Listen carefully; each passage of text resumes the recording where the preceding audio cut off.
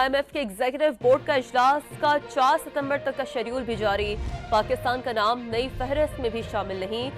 जब हालात पूरी तरह से काबू से बाहर हो गए हैं तो अब मिन्नत तरला मोदी का किया जा रहा है। अब आ रहा है कि ये एजेंडे में नहीं है। चाइना कहता है कि ये कमर्शियल बैंक से रोल ओवर नहीं हो सकता। इधर हमारे दोस्त मिडिल ईस्ट में, तो क्या again we are in troubled waters? कि मोदी की मिन्नत तरला कर रहे हैं क्यों, अब मैं आपको बताता हूँ। पाकिस्तान को पैसे नहीं मिल रहे कहीं से। उस पे शादिया ने लूटा, सबने चौड़ पाकरे ने जी मोदी साहब ने एयर स्पेस क्रॉस। इसका मतलब है 1 जुलाई से अगली जून 2025 तक का जो मालियाती साल है 26 अरब डॉलर चाहिए। पाकिस्तान को कितनी ज़रूरत है इस वक्त के भारत के प्राइम मिनिस्टर इस इनविटेशन को एक्सेप्ट करें और पाकिस्तान जाएं। पाकिस्तान क्या करने जा रहा है? हम मोदी के पैर पड़े हुए हैं। आपका एक सबसे बड़ा इशू इस वक्त इन्फ्लेशन है और उसके लिए जरूरी है कि आप भारत के साथ ट्रेड शुरू करें। The auto sector in Pakistan faces another blow as Bolan Casting Limited, a manufacturer of bus and truck parts, has announced the indefinite shutdown of its production plant. चीन हमसे राजी नहीं हो रहा। सऊदी अरब ने हमें 1.5 अरब डॉलर दे दिया है, लेकिन ये जो चीन राजी नहीं हो रहा, IMF जो है वो जारी बात है सपोर्टेड बाय द अमेरिकन, वो कह रहे हैं कि नहीं वहां से कर्जे ये हम फिर। तो क्या डॉक्टर जयशंकर जा रहे हैं पाकिस्तान? ये भी एक बड़ा सवाल है, क्योंकि डॉक्टर जयशंकर पाकिस्तान, मुझे ये भी नहीं लगता कि डॉक्टर जयशंकर जाएंगे। फोन उठाएं, चीजें क्लैरिफाई करें। आप एक दूसरे को, दूसरी तरफ से एतराज है कि आप दहशतगर्दी को प्रमोट कर। नमस्कार दोस्तों, शहबाज शरीफ ने प्रधानमंत्री नरेंद्र मोदी को पाकिस्तान आने का न्योता दिया है। बीते 8 सालों में यह पहली बार है जब पाकिस्तान की तरफ से भारत के प्रधानमंत्री को आमंत्रित किया गया है।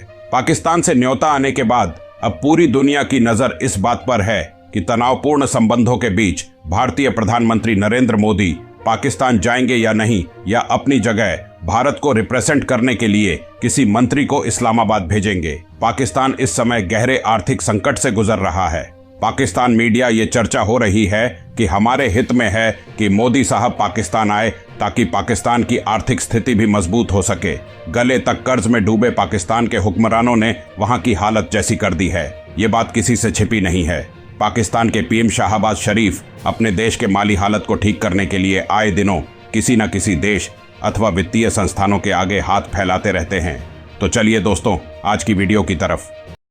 पाकिस्तान को कितनी ज़रूरत है इस वक्त के भारत के प्राइम मिनिस्टर इस इनविटेशन को एक्सेप्ट करें और पाकिस्तान जाएं, और क्या मोदी साहब पाकिस्तान जा रहे हैं? तो देखिए, इसके लिए आप वही जो हम एक जुमला बोला करते हैं, हम एक सेंटेंस कहा करते हैं कि फेरसी ना ही समझिए, तो बस आप ना ही समझ लीजिए, क्योंकि ऐसा दिखाई नहीं देता, ऐसा बिल्कुल नहीं लगता।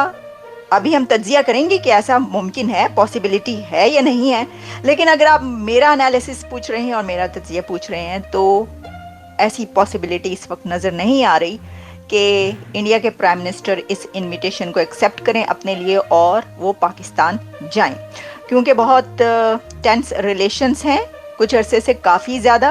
और इस सिलसिले में आपको पता है कि अभी कुछ दिन पहले जो इंडिया के प्राइम मिनिस्टर की तरफ से कारगिल के मौके पर स्पीच की गई, वो बहुत सख्त स्पीच थी और उसके अंदर उन्होंने पाकिस्तान के लिए क्या कुछ कहा, और इससे पहले भी कई ऐसी स्पीचेस वहाँ से चलती रही हैं। तो ऐसी सूरत में हम ये कैसे समझ सकते हैं कि मोदी साहब पाकिस्तान जाएंगे? लेकिन पाकिस्तान चाहता है कि वो आए। देखें, इसको हम इस तरीके से अगर अच्छी खबर समझें, या हम इसको कहें कि ये बहुत गुड जेस्चर है, गुडविल जेस्चर है पाकिस्तान की तरफ से, कि चलें, कोई तो कदम बढ़ाया, कोई तो स्टेप लिया, बर्फ़ पिघली।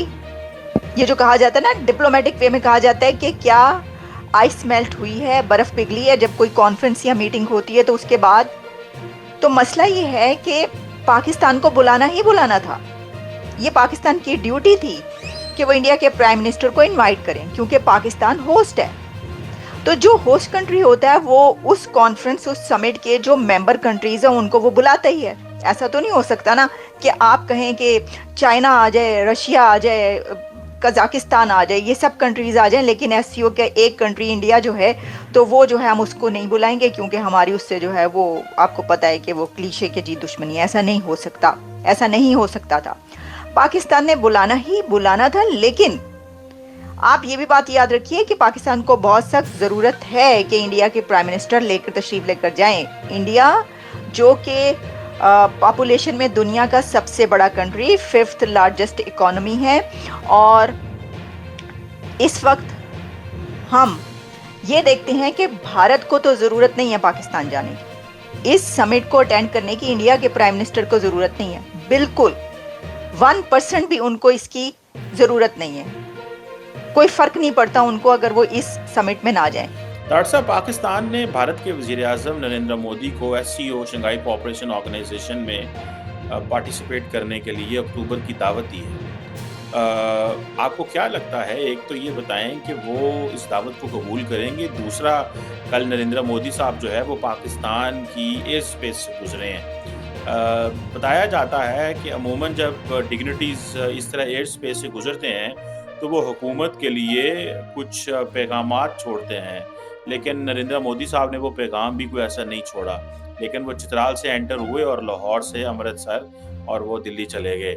आप कैसे देखते हैं इन डेवलपमेंट्स को? पाकिस्तान के अंदर भी इस वक्त अफरा तफरी है, इमरान खान जलसा करेंगे, एस्टैब्लिशमेंट से जो है वो बात हो रही है, उधर इंडिया जो है वो अमेरिका से बहुत ज़्यादा असला खरीद रहा है, राजनाथ सिंह साहब वहाँ पे मौजूद हैं, और हमारी तारड़ साहब इंटरनली जो है वो लड़ाइयाँ ख़त्म नहीं हो रही। ये जरा मोदी साहब वाले जरा बात बताएं, क्या देखते हैं आप, क्या नजर आ रहा है? मोदी देखें चीमा साहब, मैं इस पे अफसोस करना चाहूंगा खासकर इस तरीके से कि आप देखें आज के सारे अखबारों ने और मीडिया ने इसको कवर किया है कि मोदी साहब ने एयर स्पेस जो है उसको क्रॉस किया और उस पर शादिया ने लूटा, सबने चौड़ पाकरे ने यार जी मोदी साहब ने एयर स्पेस क्रॉस किया। देखें आप बात नहीं करना चाहते, आप आगे नहीं बढ़ना चाहते, और सिर्फ एयर स्पेस को यूज करने पे आप जो मैसेज है खासकर डॉन ने कवर किया है कि ये जी कुछ इट्स अ गुड जेस्चर। तो आप अगर इतनी ख्वाहिश आपकी है तो एक मिनट लगता है, फोन उठाएं, चीजें क्लैरिफाई करें। आप एक दूसरे को, दूसरी तरफ से एतराज है कि आप दहशतगर्दी को प्रमोट करते हैं, क्लैरिफाई करें कि हम we are not involve and we are victim.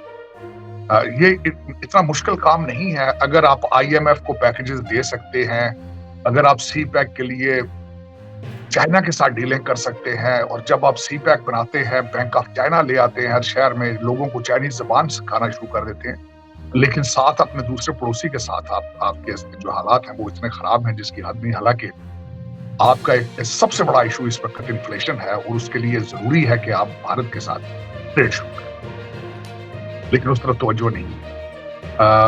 इसको एयर स्पेस के हवाले से मैं समझता हूँ चले पहले से तो बेहतर है। ये भी उनकी मेहरबानी है कि उन्होंने क्रॉस कर ली है एयर स्पेस, वरना इसमें माजी के अंदर जो हालात थे, हालात इससे भी